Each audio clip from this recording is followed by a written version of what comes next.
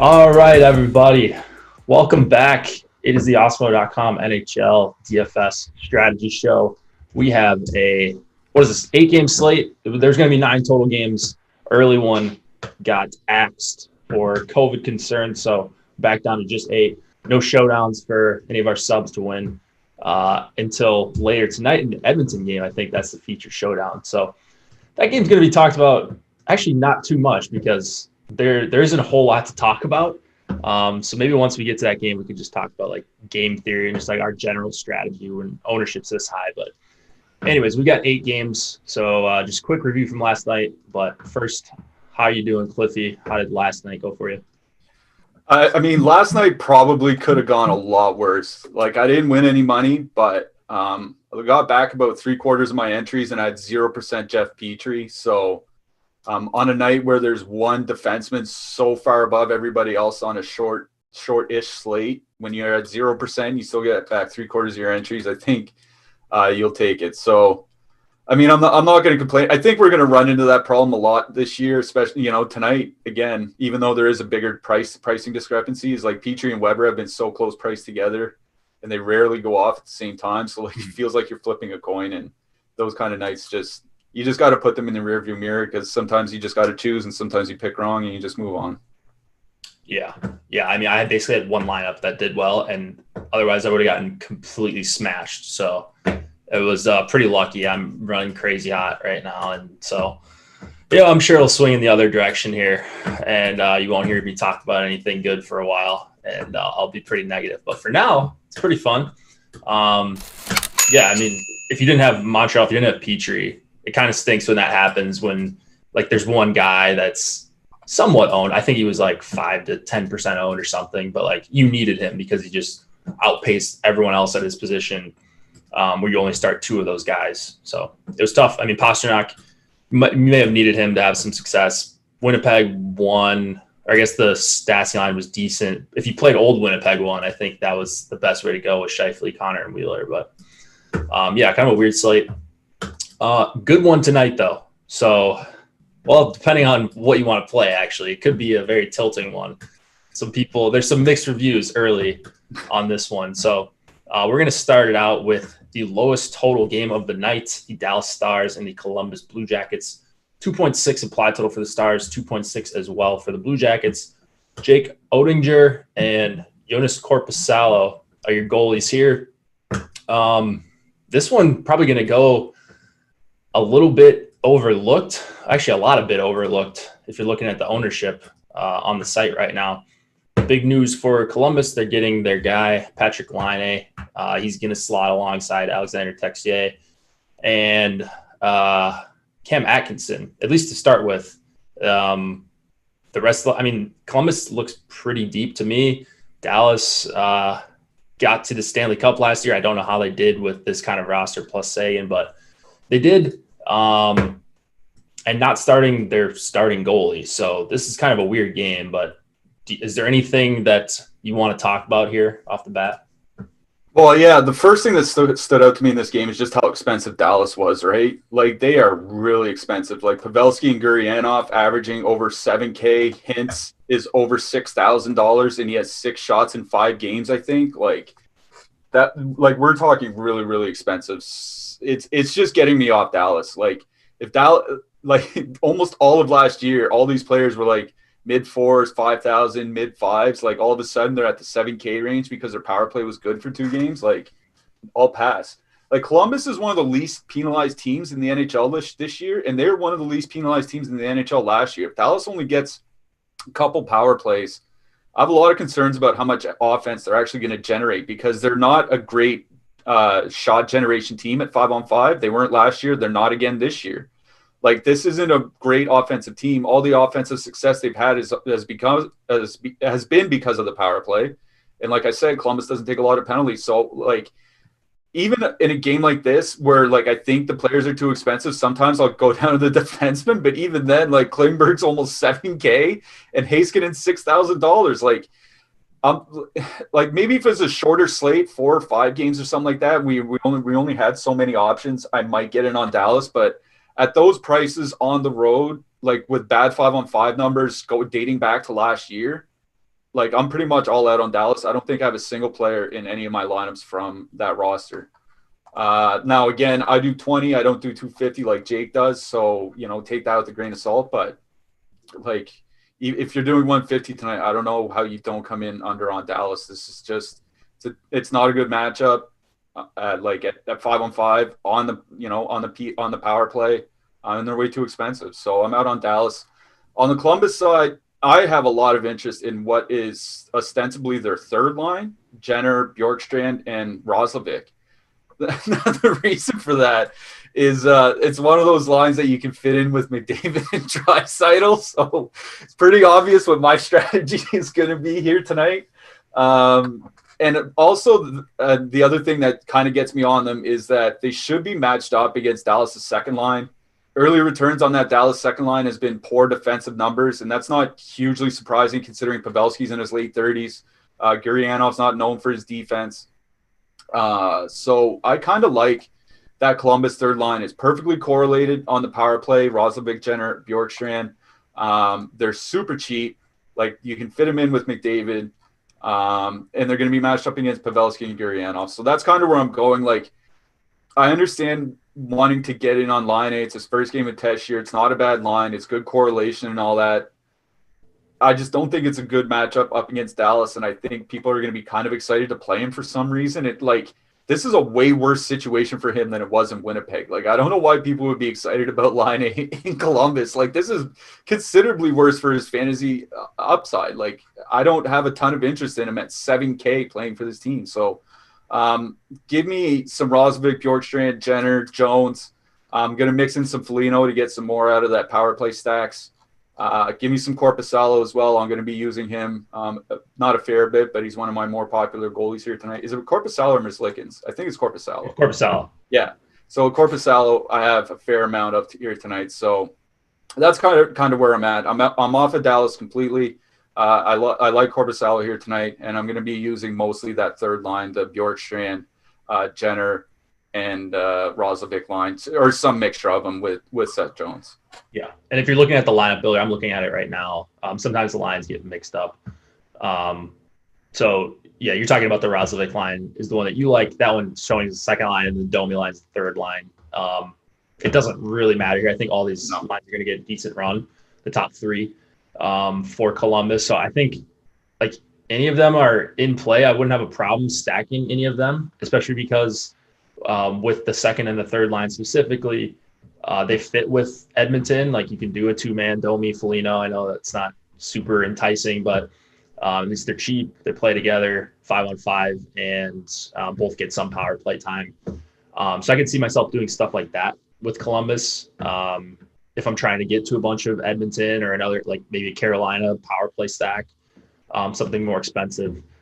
But as far as like having a bunch of exposure to this game, I don't think that's going to be the case for me on either side.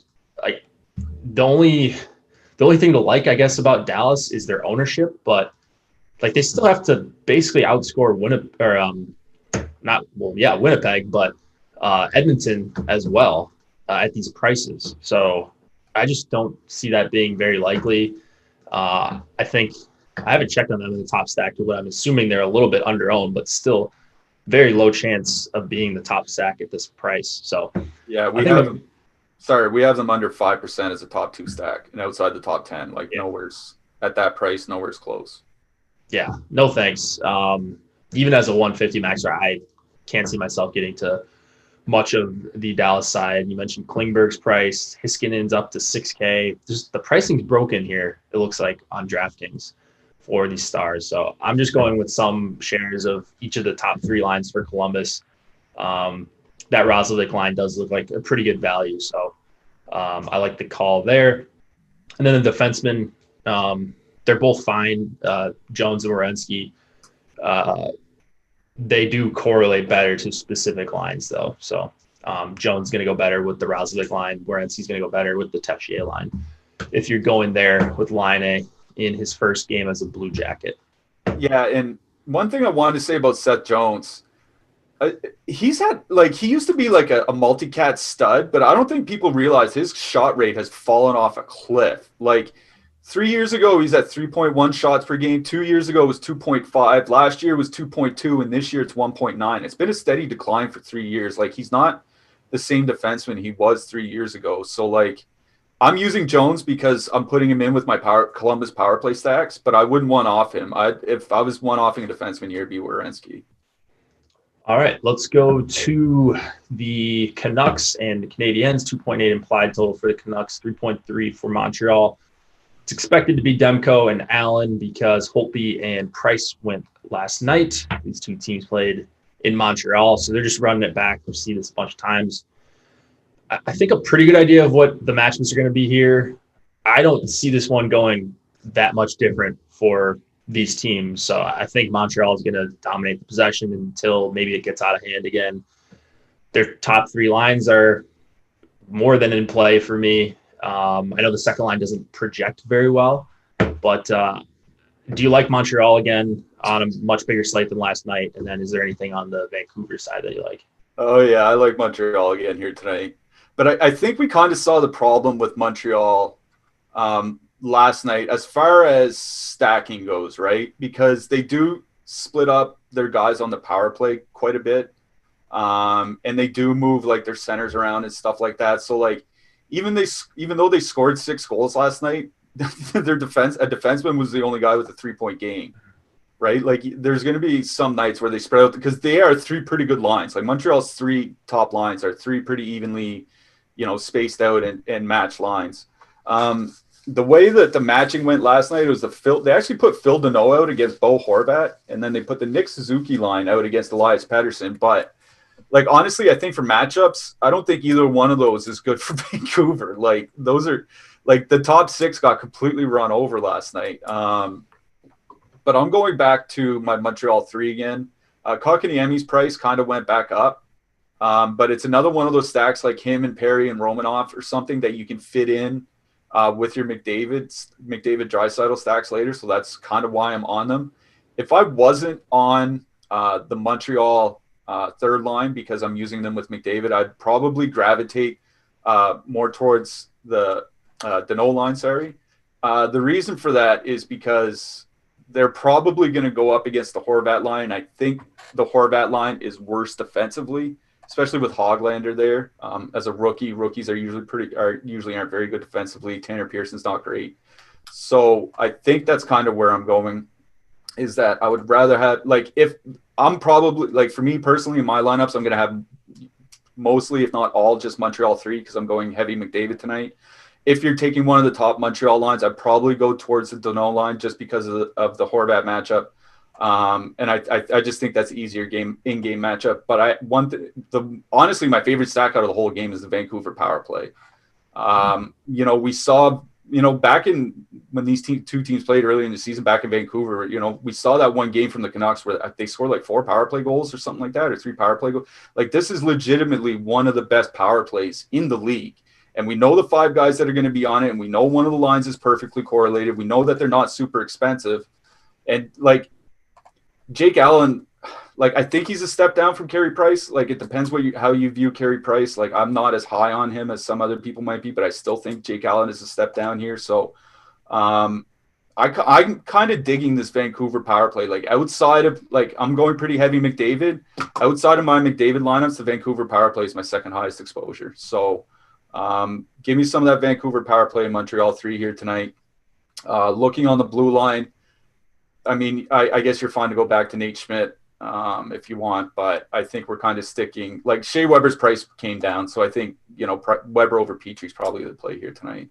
Yeah, I mean, there's probably going to be a little bit of an ownership discrepancy, but Petry's big game maybe boosts him a little bit. People, the game log watchers or whatever, but from projection standpoint, yeah, it's Weber value, all that. You're just going to get a little bit of increased ownership because his price came down and he's $1,200 cheaper than Petry. I don't mind going to some Vancouver, either top line or just the power play, like you said, like the onslaught. You hope you get the bad Jake Allen. This is a goalie who's been historically very streaky.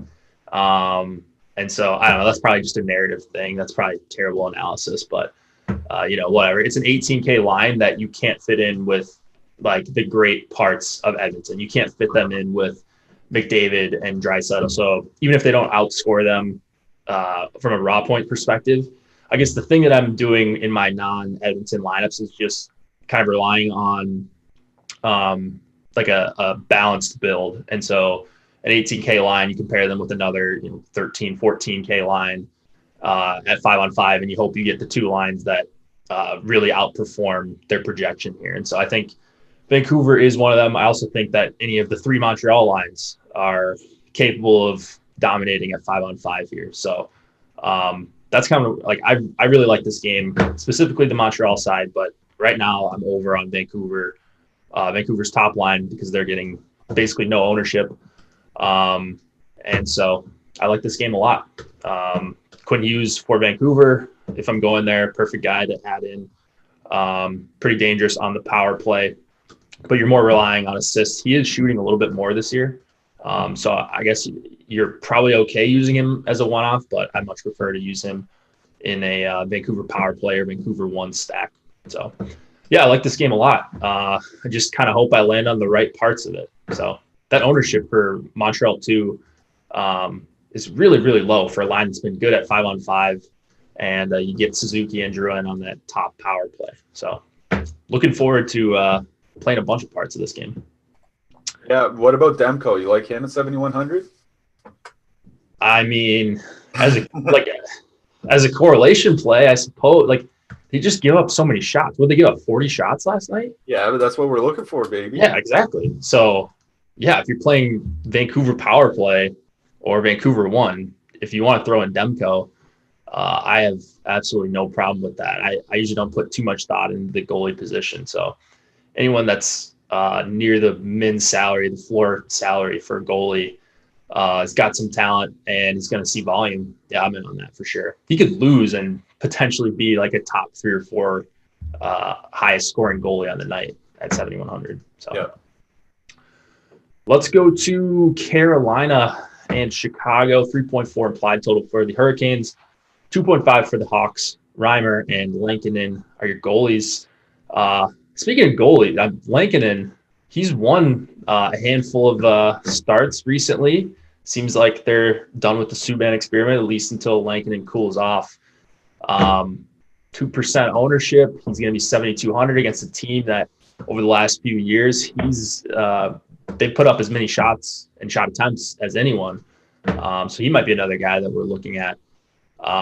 Carolina, you're seeing some ownership on this top line, and that's really about it. Is this a spot that you're looking towards? Not the gaudy 4 implied total that Edmonton has, but closer to 3.5. It's not too bad on an 8-game slate. Yeah, I'm kind of like, I really don't know what to do with Carolina here because I hate those lines. Like, we were talking in our premium Slack with some of our members before the show, and we were talking about the difference between having different players on the top line. Like, for me, the difference between Brock McGinn on the top line and Andrei Svechnikov on the top line takes Carolina from, like, I think it's my number 2 line to my number 7 line, right? Like, it's a big downgrade going from Andrei Svechnikov to Brock McGinn. Like, we can't discount that. You can't just say, oh, this guy's just a little bit worse. No, he's considerably worse than Andrei Svechnikov. So that's kind of where, like, my issue comes in with Carolina is that they're effectively splitting across 3 different units, right? Aho, Teravainen on the top line, then you have the Trocheck line, then you have Stahl and Svech on the third line. Like, they're trying to do what Montreal's doing, it seems like. And that's balance 3 lines and have a balanced attack, which, like, you don't really need to against Chicago, but I kind of get it. Where I'm going to on this night, actually, I don't have any of the top line. I don't have any of Aho and Teravainen. Can I guess which line? Go ahead. Stahl line. You got it. I mean, I do have some of the second line as well. I will say I have some Stahl, Svechnikov, Foegele. Their numbers are insanely good. They played together last year quite a bit. We're looking at an expected goals well over 3, actual goals scored at about 2.8, which is well above league average. Like, even though they underperformed their expected goals, they're still scored at a rate way above the league average. And beyond that is we get a little bit of that power play correlation that we're always looking for, right? Natchez and Niederreiter play the second power play unit. So, you can use Natchez, Niederreiter, and Gardner, and, there's another 3-man stack that you can fit in with your McDavids and your Draisaitl's. So that's kind of why I'm digging that second line. The third line, Stahl, Foegele, Svechnikov, same thing. You can fit him in with your McDavid and your Draisaitl. So that's kind of why I'm digging the Carolina depth a little bit more. And also Teravainen having so much time off. Like, we saw Pasternak come back and he struggled in his first game. We saw Ovechkin come back. He struggled in his first game. And, I think he only got on the board with an empty net goal or something like that. So, these guys coming back that haven't been playing for 10, 11, 12, 14 days or whatever it is, I think you got to give them some time to kind of get acclimated. So I know Tuvo is super cheap at 4,800, and that's probably what's driving a lot of ownership. But I'm dumping down to the second and the third lines to match in with my McDavids and my Draisaitl's. Over on the Chicago side, did we get confirmation about Alex DeBrincat being in yet? I didn't see it. Yes. So that's one thing to watch in this game is Alex DeBrincat was taken off the COVID list. But, we saw that with actually the Carolina team on the weekend, right? It was all their guys got taken off the COVID list, but none of them played because they wanted to get them some more practice time or whatever it was. Or they weren't exactly cleared to play. They were just clear to leave the COVID list or something like that. It was some technicality. But anyways, like the DeBrincat might be back tonight. He might not. So we don't exactly know what the Chicago lines are going to look like. And honestly, they've looked pretty bad all year. Other than Kubelik, Strome, and Kurashev, which is a line that has now been broken up, they've looked pretty bad. So I don't have any Chicago right now. What I will say is that if DeBrincat's in tonight, I might dig in and go switch around some of my Vancouver power play stacks to fit in. If it's DeBrincat, Kane, and Strome or something like that, I might dig into it. So I don't have any Chicago right now. Depends if DeBrincat's back tonight. I might get one or two DeBrincat's in. We'll see what happens when that lineup's released. But for now, it's the Carolina second and third lines for me. Yeah, I like the depth lines for Carolina, specifically the Stahl line. I'm seeing different lines on our lineup builder, but I'm guessing this is just a mistake that's going to get corrected because I'm looking at a couple other sites, like lineup sites, and I'm seeing McGinn, Aho, Teravainen, and then third line, Svechnikov, Stahl, Foegele. So assuming that's the case, I like the Stahl line. I like that they're considered the third line because people often don't include third lines. They think they're bad, and to some extent, depending on the team, they are. But this is a really good third line. They've got great numbers. Going back to the start of last season, going to go up against some Chicago depth, which is awesome. Going up against Chicago in general is awesome. 3.4 implied total. You got Svechnikov, who can score goals. So that's another two-man you can get to, like Stahl, Svechnikov, or something like that. There's a bunch of options on the Carolina side. I'm not worried about playing too much Chicago. If DeBrincat comes back, I would be interested in it. But the problem is that he's 6,600. So who are you going to – you would almost have to crunch or make your lineups like he's in and then just adjust afterwards because you're not going to drop Kane down to DeBrincat and then no one else is above 5,600, which is Strome. So it'd be pretty tough to try to maneuver that situation unless you're just outright swapping to from a later game, because even that Vancouver game is at 7 Eastern. This one starts at 8 Eastern. So it would have to be something like you have a Colorado 1 stack or a Flames power play stack or something like that. Yeah. So kind of a tough situation to navigate. I'm not very interested in working that one out on an 8-game slate anyways. So I'm probably going to pass on DeBrincat regardless. And if, he's 1% or less than 1% and he Hatties, then Cliffy's winning all the money tonight. And I won't, but I'm okay with that. Hamilton, 6,600. He's my favorite defenseman tonight. He could probably go with any line, but I prefer him with either that first line or the third line. I'm not off the top line. They're just getting owned at a decent clip. And so you mentioned the Teravainen's $4,800 price is boosting their ownership a little bit, but I agree with it. I think Carolina dominates the possession here more often than not. I want to mention there's a couple punty defensemen, Brett Pesce and Brady Shea. I like for 2,900 and 3,400 on the Carolina side as well. If you're not going to Hamilton, I would try to not include two uncorrelated defensemen from the same team on an 8-game slate if you can. Anything on the Chicago side for the blue line or any other one-offs, guys, you want to mention? No, I'm not on Chicago at all tonight. Right. Like I said, unless the Brinket's in. Okay, fair enough.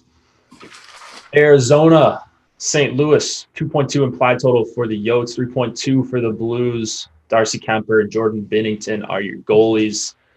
Another game where I kind of just like one side. It's going to be very shocking which side I like. I think Cliffy is on the same page with me. So I asked you a few shows ago if it was St. Louis 2 night, but is this St. Louis 2 night? Yeah, this is definitely St. Louis 2 night. I'm still on them. Their numbers still look great. They're still rolling. Like there's nothing. Like Arizona's actually hasn't looked bad this year. That's something that should be said. They've actually looked like a competitive hockey team, which is something that I certainly wasn't expecting. And like that Carolina top line interests me, Schmaltz, Garland, Keller. But here's the problem is that, again, we're running into the McDavid problem. They're too expensive to stack with McDavid and Draisaitl, but are they good enough to put in with like Vancouver and hope that they outscore McDavid and Draisaitl? Like it's that conundrum that we're in tonight.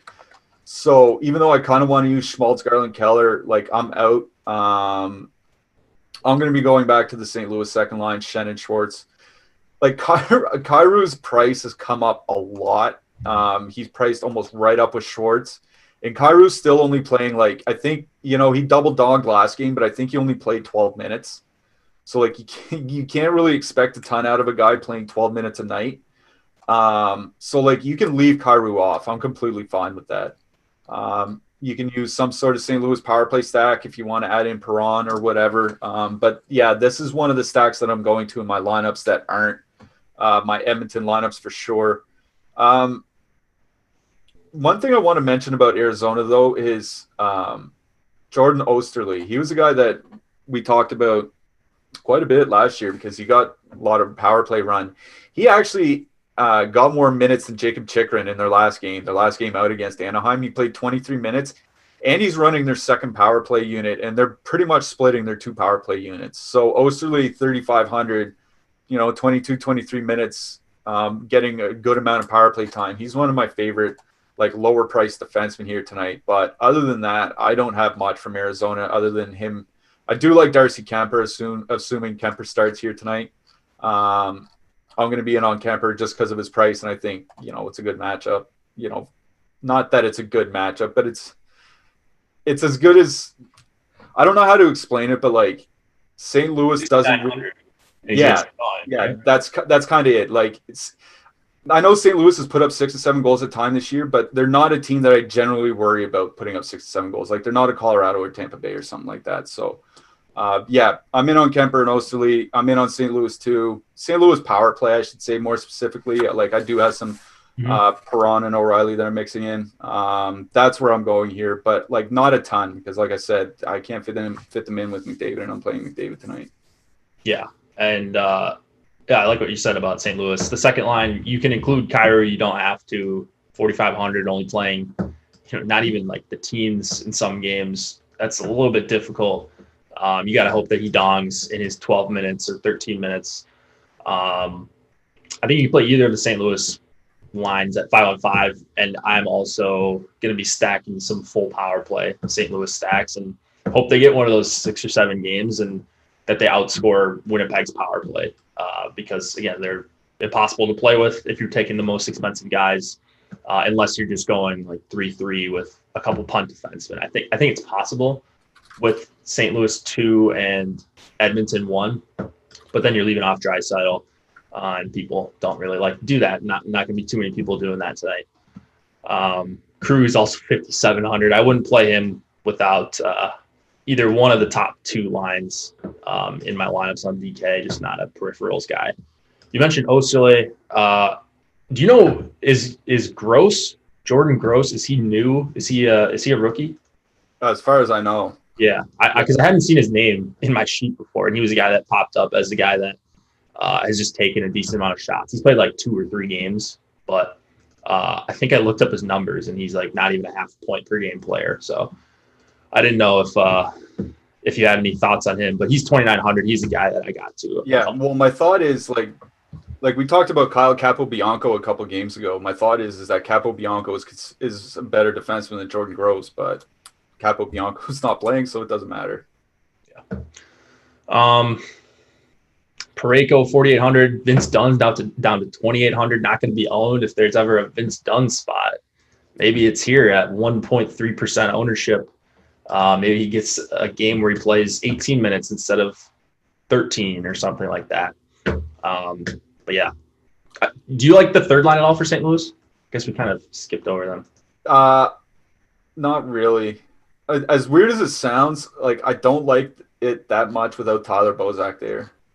Like Bozak being injured, I think kind of hurts that line. He's not like he's not a first liner or whatever like he was in Toronto, but he's a good third line playmaker, right? And Robert Thomas is good, and Mike Hoffman is like a one-dimensional. He's a shooter. He needs people to get him the puck, and I'm not sure Sammy Blais is the guy to do that. Like I think they need. If Bozak was there, I'd have interest. Let's say that. All right. Before we move it on, just want to give you guys the normal reminders. You guys helped us get to 50,000 YouTube subscribers, a bunch of premium subscriptions. So thank you guys all for that.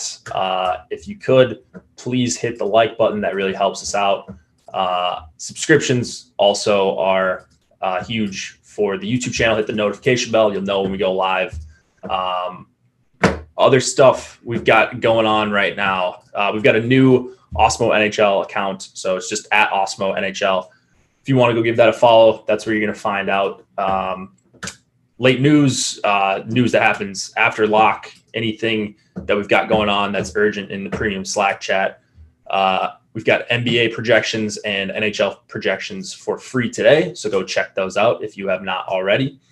And let's move it on to the next 4 games, or I guess the last 4 games. We've got Calgary and Winnipeg, 3.1 implied total for the Flames, 3 for the Jets. David Riddick and Laurent Brossoit are your expected goalies here.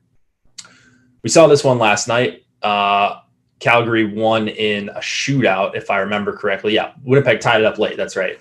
And some Winnipeg 2, I guess, was in the winning lineup. So are they going to be in the winning lineup again tonight?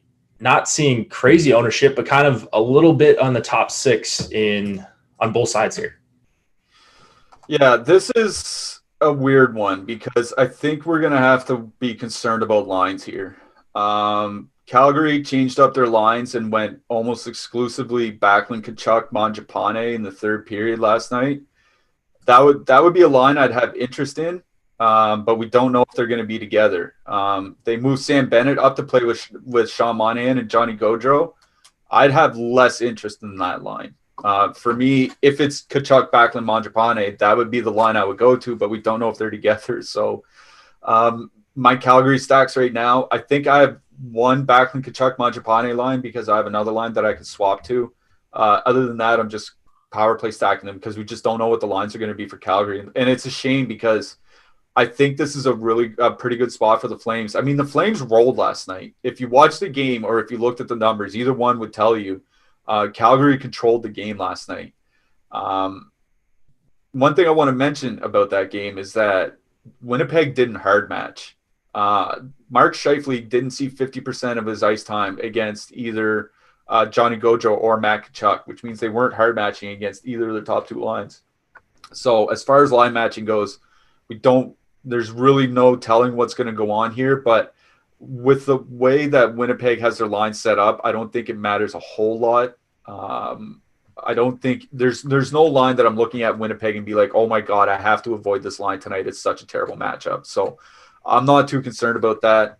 The only thing I'm concerned about is what Calgary's going to do with their lines. I'm out on Winnipeg tonight. I don't think I have any Jets. Like I might have some one-off Ehlers or something like that, but that's about it.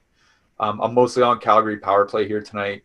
Neither goalie. Both it should be both backup goalies here tonight, if I'm not mistaken. Riddick against Brossois. Neither goalie very good, so that's kind of another bit of incentive to play players out of this game rather than Edmonton. But I'm going Calgary power play mostly, just because we don't know what the lines are going to be like. Yeah, I don't think there's really a priority play for me here. I'm looking at the ownership on this game, like on the Winnipeg side compared to my current exposures, and they're basically right on with each other. So I'm fine. Like Winnipeg is definitely a team I want to include. Their top two lines in MME, but I don't think I'm going to be heavy on them in like the higher dollar stuff, where I'm looking to more just like play some more play some more Edmonton, or some more low owned stacks, maybe a Vancouver power play. So I think they're owned fairly, maybe a little bit under owned according to the top stack tool that Scheifele line is specifically. So if you're flipping a coin between the two lines, maybe that helps you get some clarity there. And then if we knew it was Backlund, Tkachuk, Mangiapane, that'd be a line I would jump on right away.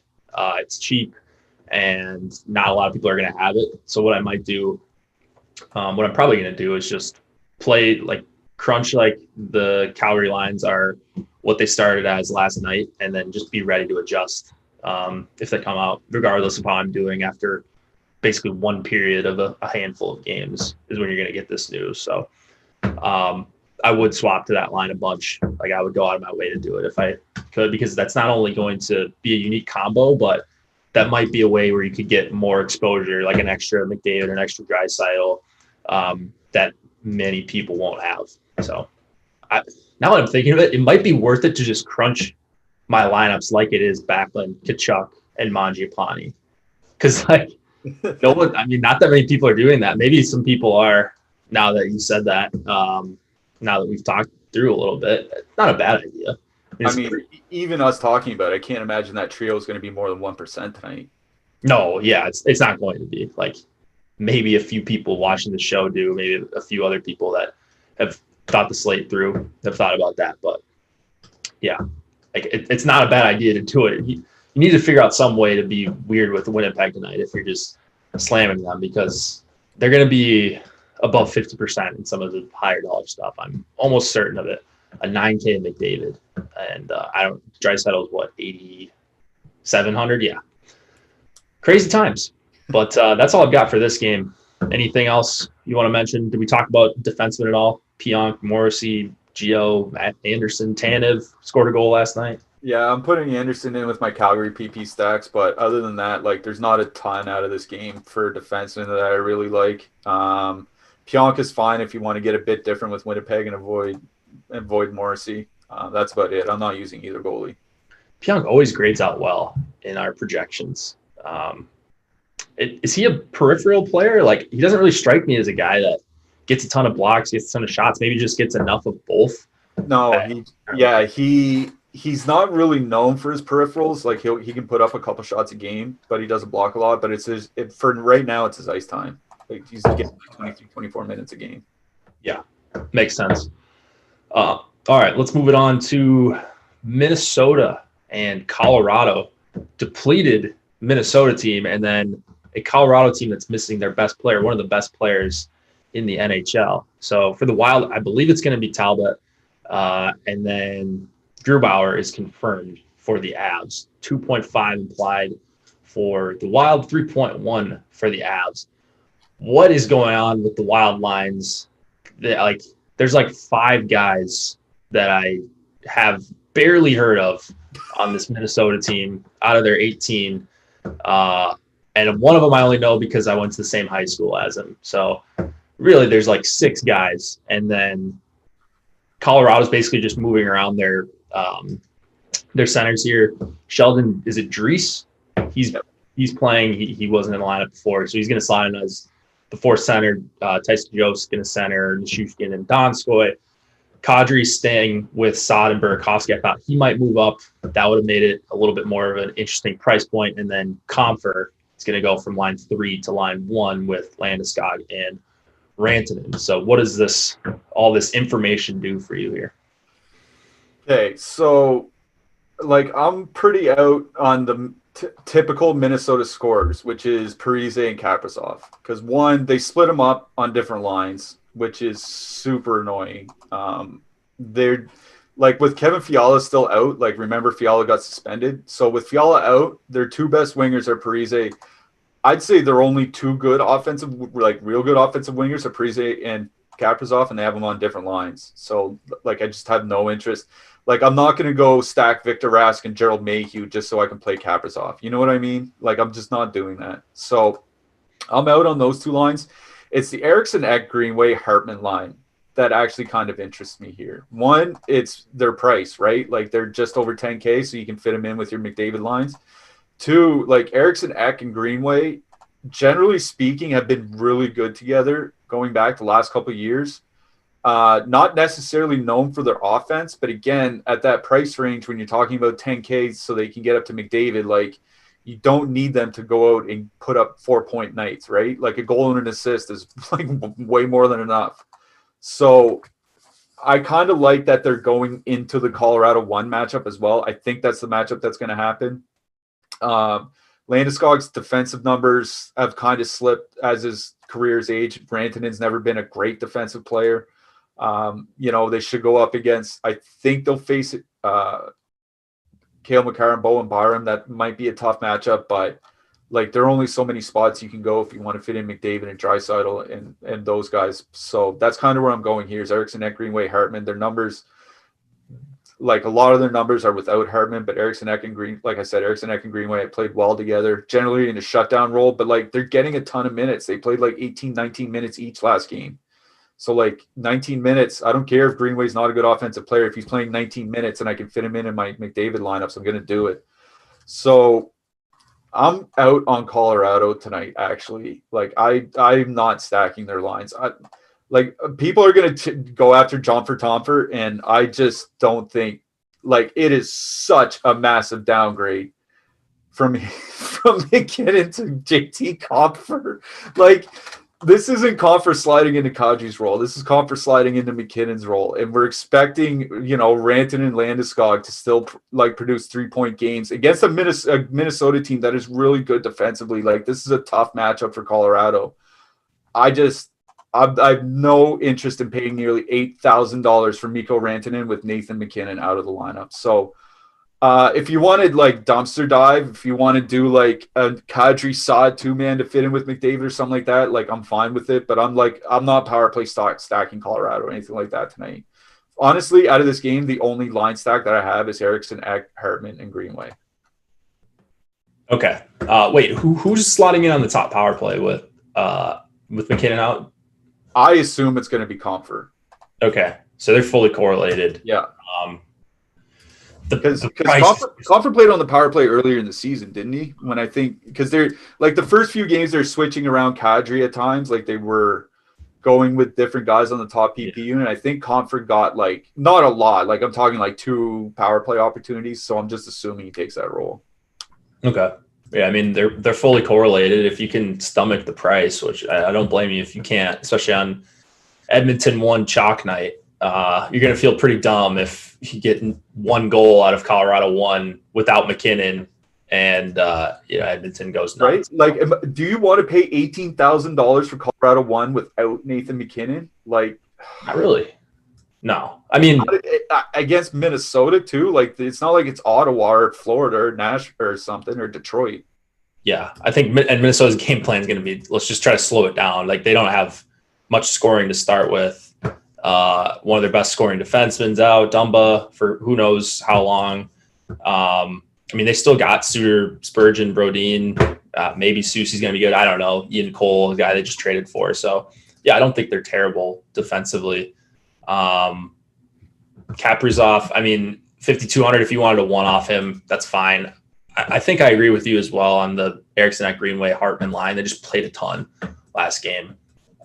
So maybe they play another close to 20 minutes and score a goal. That could easily happen. The Kadri line getting a bunch of ownership too, as is Colorado 1. So if these ownerships stick, then I don't really have a ton of interest in Colorado. If they come down a little bit, I'll start to get a little bit more of them, but I like Montreal a little bit better. Some of these other spots, St. Louis, I think I like a little bit better than Colorado, especially at their ownership. So probably going to be steering clear of this Colorado 2 chalk. Looks like they're going to be a popular duo or popular pairing with Edmonton, which we'll get to in just a second. Anything else in this game? Yeah, Cam Talbot, baby. All right. Yeah, going to see a lot of volume and a lot of non-McKinnon volume. So generally pretty good stuff there. Talbot, I think I got Kakinen up here. Talbot's 7,100, I think. So I don't know that he's confirmed, but I saw that he was likely to start. So you could always swap down if something changes on DK at least. And then FanDuel's pricing their goalies the exact same. Let's go to Ottawa and Edmonton. We've got about 10 more minutes here before we got to get out. 2.7 implied total for the Sens, 3.9 for the Oilers. It's Hogberg, it's Koskinen, and it's Edmonton one night. We're showing – so the ownership's just, as you guys know, some of you know, we get asked this all the time, like what tournament's it for? It's for the biggest tournament of the night, like the most entry tournament. So generally with that, you're going to get some high ownership on the studs. But, you know, you might see McDavid like 35% at 9K, 40% I don't think would be that shocking. Same thing with Draisaitl and like the $10. And the higher dollar stuff, they might get to 45, 50, 55. Like it's going to be pretty hefty chalk. So I guess that's really the only thing we can talk about here outside of just listing what Ottawa's got going on. Looks like, Stetzel is in, I think. It's just a naming issue that I'm seeing on my screen, but no Shabbat for Ottawa. Again, they got crushed by the same Edmonton team, gave up 8 goals in basically like 2 periods until they took their foot off the gas. Power play was working. If Ottawa's going to the penalty box here, it's probably going to be more of the same. Just tell people how what you're doing with your lineups here. Okay, so here's the conundrum for tonight is that obviously Edmonton is in a great spot and they're super expensive. On a night like this, you kind of have 2 options. One is overweight and one is fade. Like for me, I'm like, when I say fade, I mean true fade. I know when you do 150 and you say fade, it'd be like, instead of 25%, I'd play 15%. Like that would be your definition. Of underweight.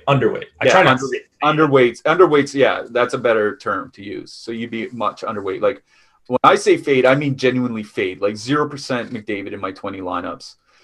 Here's the problem with tonight is that with Nathan McKinnon out, there's no other high dollar spot to pivot to. So it's either McDavid or, like you talked about earlier, 2 balanced stacks. That's what you're doing tonight. So my problem with not rostering McDavid is that if McDavid has a 4-point night, you're screwed. Whereas, if the Vancouver power play goes off and Pettersson has a 3-point night and JT Miller has a hat trick or something like that, you're still live with Edmonton later because they could blow that Vancouver power play out of the water, and Vancouver power play is too expensive to stack with your Edmonton stack. So that's kind of the way I'm looking at it, is that if you don't stack McDavid and he goes off, you're toast. If you do stack McDavid, you still have outs. You know what I mean? That's kind of the way that I'm looking at it. So I understand fading McDavid. And this morning when I woke up, that was my initial plan. I wasn't going to play them tonight. I wasn't even going to look at the numbers. It was just auto fade because I knew that their ownership was going to be insane. But then as soon as I saw that Nathan McKinnon was out, that just changed everything for me because there's no pivot anymore. It's either play McDavid or play 2 balanced lines. So I'm going to go with the route of play McDavid. I'm not going like super all in. I think I have 65% right now. So 1 out of 3 lineups that I'm making is without McDavid or is without Edmonton. So I still have some outs. But that's kind of the way I'm going right. I'm going over on McDavid.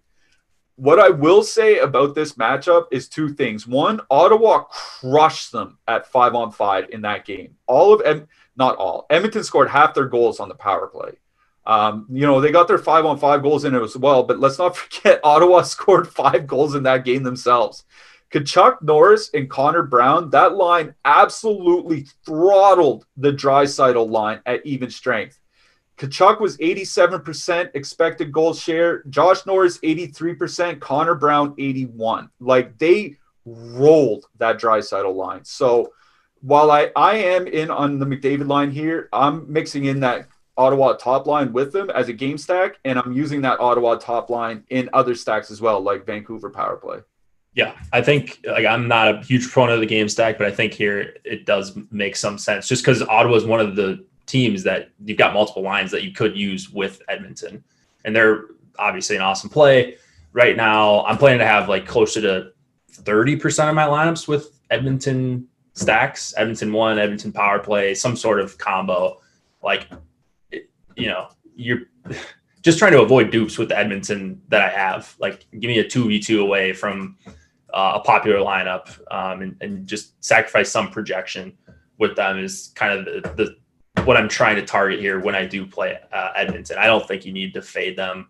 I don't think you need to go all in on them. I live more in the middle, and it's similar to what I did the other night. Like 25 to 35% of my lineups have Edmonton stacks, and the rest are more of the balanced approach. They're paying up for defensemen. I like Dougie a lot. You mix in Nurse instead of Tyson Barrie or something, just and hope he has a big game at 5-on-5 with McDavid. Like, there's ways to be a little bit different. Oh, and Yamamoto too. They're saying Yamamoto's a candidate for power play 1 minutes, and we have his ownership. I think it's single digits or close to it. So that would be another guy to mix it. And he's cheap. He's under 5K. So you can do, McDavid, Draisaitl, Yamamoto, and Barrie, and still have money left over to make some sort of decent stack. Yeah. I like what you said about Ottawa 1. I'll definitely have some full Ottawa 1 stacks. And then I'm going to also have some Ottawa 3, Colin White, Nick Paul, and Dadonov. I'll have some of those as well, super cheap. And, I just like playing Dadonov for 3,300, top power play, all that. So, yeah, the 5-on-5 numbers, this game was a little bit closer than what the scoreboard said after 2 periods especially. But everyone's going to hammer Edmonton. I'm going to have a ton of Edmonton.